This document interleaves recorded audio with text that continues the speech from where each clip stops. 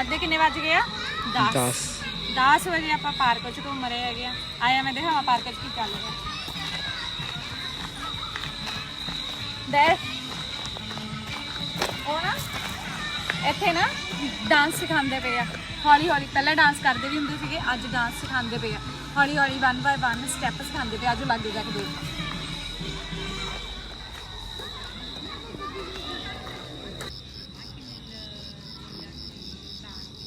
मैं आई और डांस करना ही रोक गया।